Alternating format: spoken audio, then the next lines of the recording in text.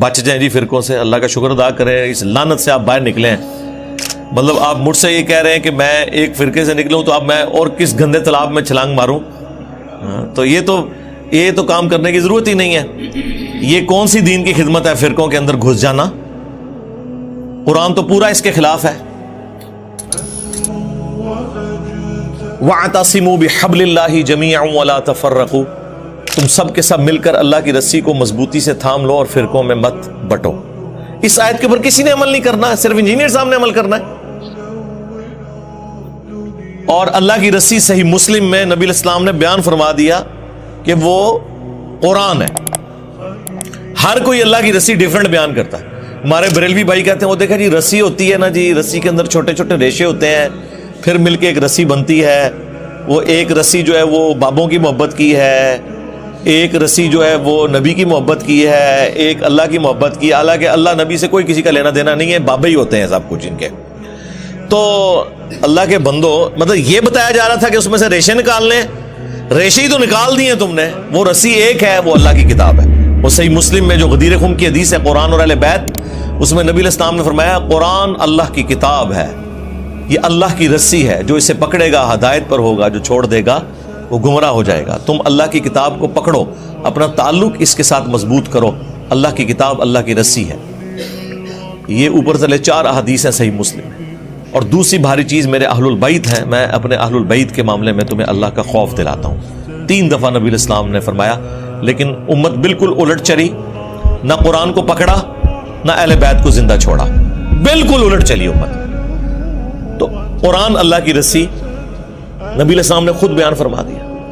اور دیکھیں رسول اللہ کو سینٹرڈ کر کے اللہ تعالیٰ نے قرآن میں سورۃ الانعام کے اندر کیا ارشاد فرمایا, ان الذین فرقوا دینہم وکانوا شیعا, بے شک جنہوں نے اپنے دین میں فرقے بنا لیے اور اپنے آپ کو گروہوں میں بانٹ لیا, لست منہم فی شیء, اے نبی آپ کے ساتھ ان کا کوئی تعلق نہیں ہے. بے شک وہ کہتے رہے کہ غلامی رسول میں موت بھی قبول ہے, لبیک یا رسول اللہ کہتے رہے, ٹھیک ہے جی, نعرہ تکبیر لگاتے رہے, جو مرضی, آپ کے ساتھ ان کا کوئی تعلق نہیں. جنہوں نے گروہوں میں بانٹ لیا اپنے آپ کو اور فرقہ واریت پھیلائی, انما امرہم الی اللہ ثم ینبئہم بما کانوا یفعلون, ان کا معاملہ اللہ کے سپرد ہے, پھر اللہ انہیں بتا دے گا جو دنیا میں انہوں نے کرتوت کیے تھے. اب یہ آیت اسپیسیفکلی یہود و نصارہ کے بارے میں نازل ہوئی کہ انہوں نے دین میں فرقے بنائے ہیں. اے نبی آپ کا ان سے کوئی تعلق نہیں ہے. یار ایک باہر کی پارٹی فرقے بنائے اور سیدنا ابراہیم خلیل اللہ کے دین کو چھوڑ دے, اگرچہ اپنے آپ کو ابراہیمی کہتی ہو, کرسچن بھی کہتے ہیں ہم ابراہیمی ہیں, نصارہ بھی کہتے ہیں ابراہیمی ہیں, اس کے باوجود رسول اللہ کو کہا جا رہا ہے صلی اللہ علیہ وسلم آپ کا ان سے کوئی تعلق نہیں ہے. اور اگر نبی کے اپنے ماننے والے یہ کام کریں تو انہیں تو پڑیں گے لتر. وہ دوسروں کی غلطی نہیں برداشت کی جا رہی, اپنوں کو چھوڑتا ہے کوئی؟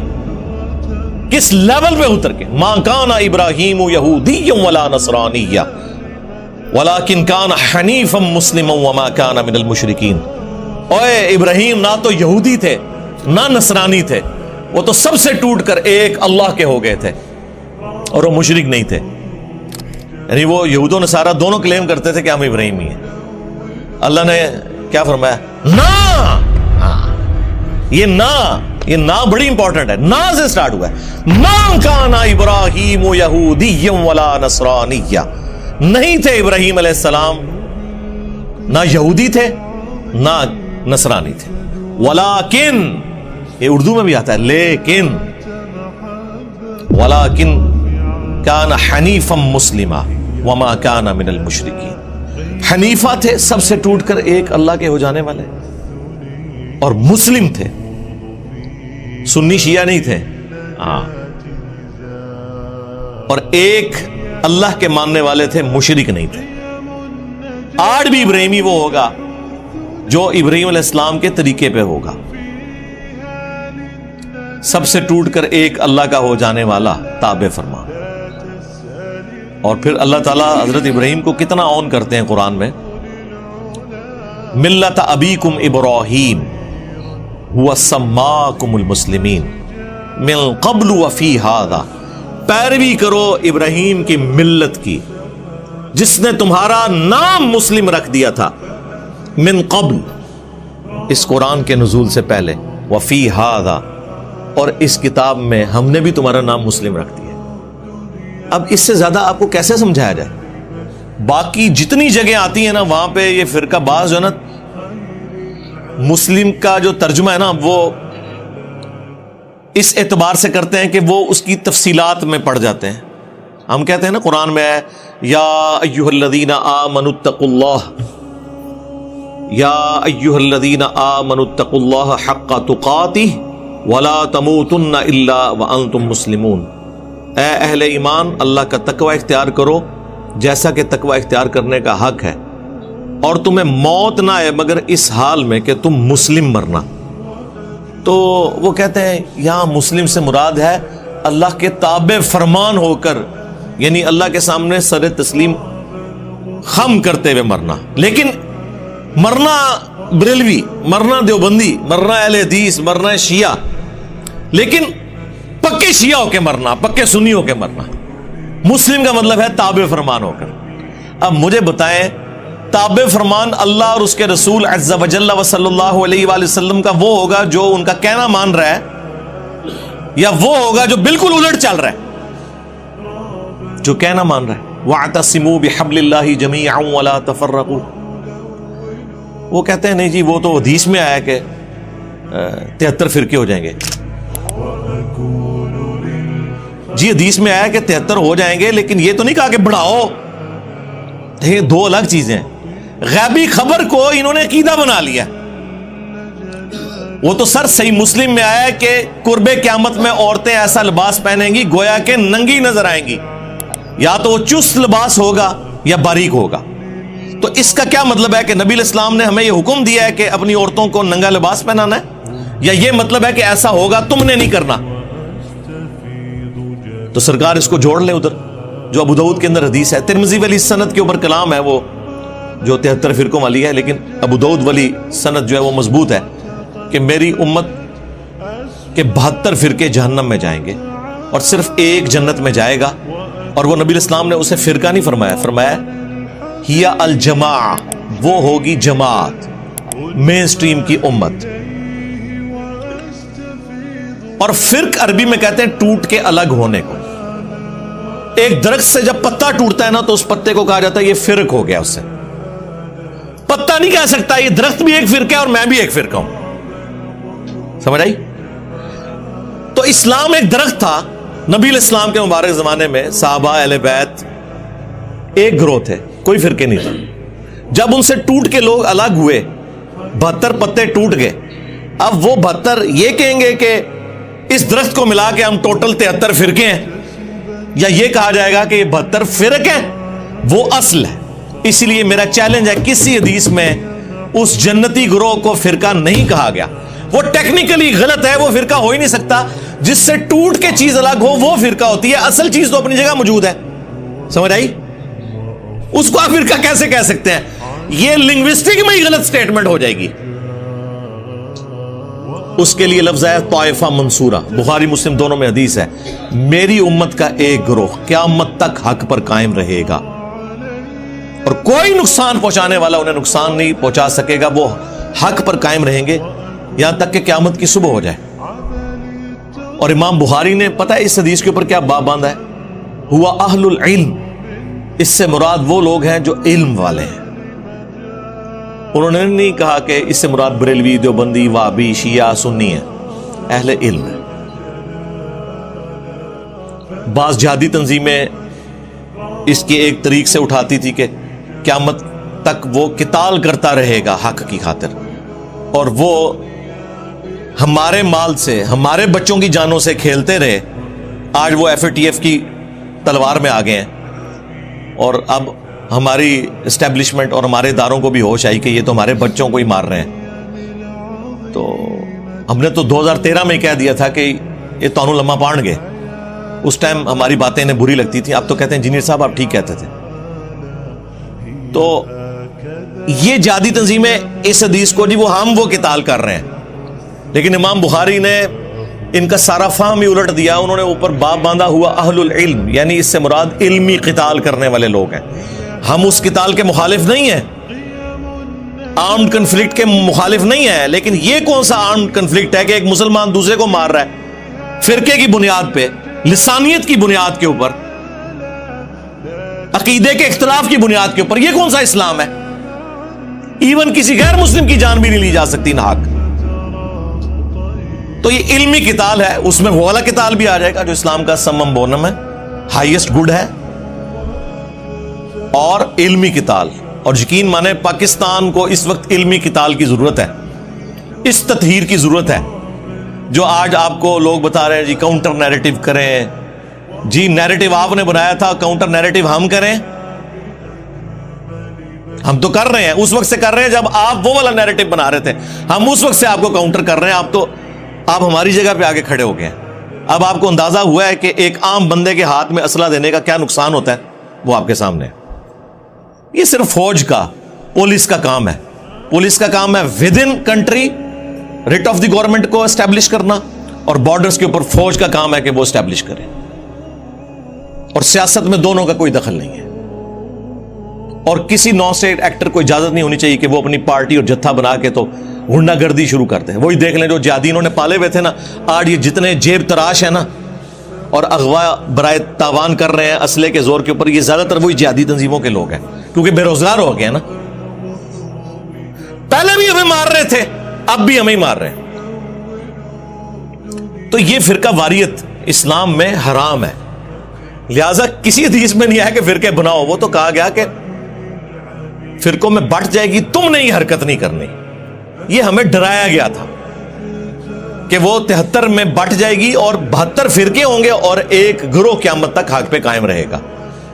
اب وہ مجھے بتائیں، وہ گروہ نبی الاسلام کے زمانے میں آپ صلی اللہ علیہ وآلہ وسلم، آپ کے اہل البیت اور صحابہ تھے، اور آج بھی وہ ہوگا جو اللہ رسول صحابہ اور اہل بیت کی بات کر رہا ہے، اور خالی بات نہیں، ان کی تعلیمات کو لے کے چل رہا ہے.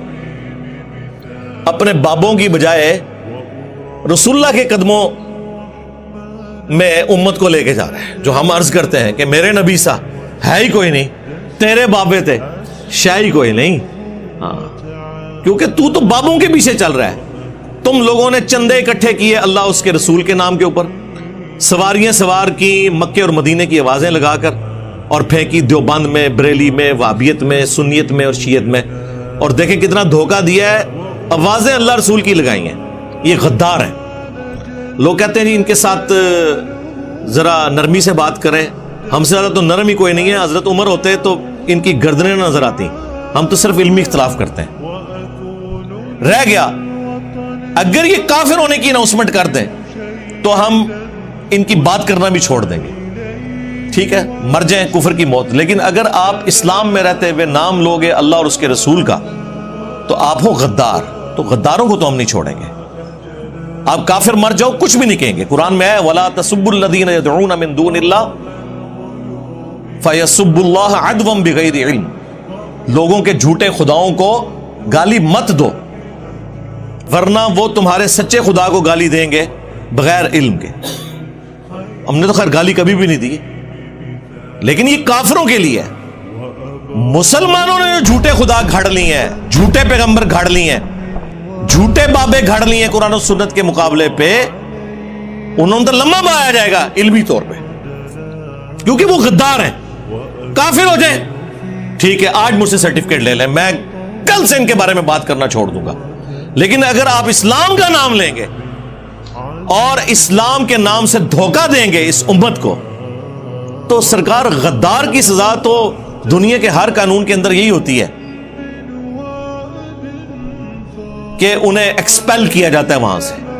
ہم چونکہ اس طرح کے معاملات میں نہیں اترتے، ہم تو صرف علمی اختلاف کرتے ہیں. تو یہ فرقہ واریت ان لوگوں نے پھیلائی ہوئی ہے. نبی علیہ السلام کے بارے میں ایک زبردست حدیث مسند احمد کے اندر موجود ہے، اور وہ حدیث مشکات المصابیح کے اندر بھی موجود ہے، مختلف کتابوں میں، لیکن جو صحیح سند ہے وہ مسند احمد کی ہے، مشکات کے اندر بھی موجود ہے. بڑی زبردست حدیث ہے یہ. نبی علیہ السلام نے زمین کے اوپر ایک سیدھی لکیر کھینچی اور اس کی دائیں بائیں ٹیڑھی لکیریں کھینچی. اور پھر نبی علیہ السلام نے اپنی مبارک انگلی اس سیدھی لائن کے اوپر رکھی اور سورۃ الانعام کی آیت تلاوت کی، وَأَنَّ هَذَا صِرَاطِي مُسْتَقِيمًا، یہ ہے میرا سیدھا راستہ، فَاتَّبِعُوهُ، اسی کی پیروی کرو، وَلَا تَتَّبِعُوا السُّبُلَ، اور ارد گرد کے جو راستے ہیں ان کی پیروی مت کرو، وہ تمہیں اللہ کے راستے سے بہکا دیں گے۔ یہی وہ چیز ہے جس کی اللہ تعالیٰ تمہیں وصیت کرتا ہے تاکہ تم ڈر جاؤ۔ یہ نبی علیہ السلام نے تلاوت کی، اور پھر نبی علیہ السلام نے ساتھ فرمایا کہ یہ سیدھا راستہ میرا راستہ ہے، یعنی نبی علیہ السلام کا راستہ، اور یہ ارد گرد جو ٹیڑھے راستے ہیں نا، یہ شیطان کے راستے ہیں۔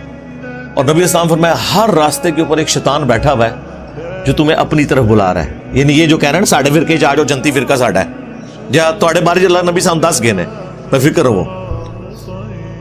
نبی علیہ السلام فرمایا ادھر ادھر نہیں جانا، میرے راستے پہ جانا ہے۔ تو اس میں صراط الذین انعمت علیہم کے نام کے اوپر جو یہ دھوکہ دیتے تھے امت کو، وہ بھی کلیئر ہو گیا۔ نبی علیہ السلام نے فرمایا یہ تو ہم سورہ فاتحہ شروع کرتے ہیں نا، ایاک نعبد و ایاک نستعین، عبادت بھی اللہ کی، مدد بھی اللہ سے مانگنی ہے، یعنی کہ دعا بھی اللہ سے کرنی ہے، ظاہری مدد تو آپ مانگ سکتے ہیں، تو قرآن میں حکم ہے وتعاونوا علی البر والتقوی ولا تعاونوا علی الاثم والعدوان، نیکی پرہیزگاری میں ایک دوسرے کی مدد کرو، برائی میں الگ رہو۔ ظاہر دنیا کو اللہ نے اسباب کے ساتھ جوڑا ہے، پیاس بجھانے کا ذریعہ پانی کو بنایا ہے، کھانے کو ہماری بھوک مٹانے کا ذریعہ، لیکن ایک ہے دعا کرنا، وہ اللہ کے ساتھ خاص ہے۔ تو یہ کہتے ہیں جی آگے چلیں، جی آگے ہم چلتے ہیں، تو یہ آگے چلتے ہیں تو ڈائریکٹ ہی آگے چلے جاتے ہیں، بیچ میں پھر چھلانگ مار دیتے ہیں، کہتے ہیں جی صراط الذین انعمت علیہم۔ اس سے پہلے بھی ایک آیت تھی اہدنا الصراط المستقیم، کاش یہ آپ نے مانگی ہوتی تو آپ کو صراط مستقیم مل جاتا۔ آگے چلے جاتے ہیں، ہم کہتے ہیں جی آگے چلنے سے پہلے ذرا پیچھے دیکھ لیں آپ نے کیا پڑھا ہوا ہے۔ وہ کہتے ہیں نہیں صراط الذین انعمت علیہم، آیت یہ پڑھتے ہیں کہ راستہ ان لوگوں کا جن پر تیرا انعام ہوا، اور نام لیتے ہیں انڈیا پاکستان کے ان بابوں کے جو قرآن کے نازل ہونے کے 500 سال بعد 600 سال بعد آئے۔ یار ان کے تو باپ دادا کیا پردادے لکڑ دادے پیدا بھی نہیں ہوئے تھے، قرآن نازل ہوا تھا، تو یہ بیچ میں کہاں سے آ گئے؟ قرآن تو صراط الذین انعمت علیہم انہی کو جانتا ہے نا کہ جنہیں قرآن کہہ رہے ہیں من النبیین والصدیقین والشہداء والصالحین، سورۃ النساء کے اندر۔ اور ڈیفینیٹلی کون؟ انبیاء اکرام، صحابہ اکرام اور اہل بیت۔ بعد میں تو ہر فرقے کا اپنا باب ہے۔ بریلویوں کے جو صراط الذین انعمت علیہم ہیں وہ دیوبندیوں کے نزدیک مشرک ہیں، اور دیوبندیوں کے جو صراط الذین انعمت علیہم ہیں وہ بریلویوں کے نزدیک گستاخ رسول ہیں۔ سامو بڑے بڑے صراط الذین انعمت علیہم، اور ہمارے صراط الذین انعمت علیہم وہ ہیں جنہیں سارے مانتے ہیں، یعنی نبی علیہ السلام، اہل بیت اور صحابہ اکرام علیہم رضوان و علیہم السلام اجمعین۔ تو پیچھے آپ پڑھ کے دیکھیں اہدنا الصراط المستقیم، اے اللہ ہمیں چلا سیدھے راستے پر، راستوں پر نہیں۔ ہاں کہتے ہیں جی سارے ہی حق پہ ہیں، چاروں فقہ حق کے اوپر ہیں، اور مسلح خانہ کعبے میں 4 ڈالے رکھے انہوں نے 1517 سے لے کے 1917 تک، 400 سال تک خانہ کعبے میں 4 امام تھے، حنفی شافعی مالکی حنبلی، سارے الگ الگ نماز پڑھتے تھے اور کہتے تھے چاروں امام حق پہ ہیں، تو نماز تو کٹھی پڑھو، چلو ایک حنفی پڑھا لے دوسرا شافعی پڑھا لے، نہیں، امام اپنے اپنے، مسلح اپنے اپنے، اور چاروں حق پہ ہیں۔ کیوں دھوکھا دے رہے ہو؟ کہانیاں بند کرو۔ گورا اسی لیے تو آپ کا مذاق اڑاتا ہے، یہ تو سعودی حکومت نے آ کے اٹھائے ہیں یہ مسلح، اس پہ میری تفصیلی ویڈیو ریکارڈ ہے۔ 400 سال تک انہوں نے کعبے کو بھی فرقوں میں ڈیوائیڈ کیا ہوا تھا۔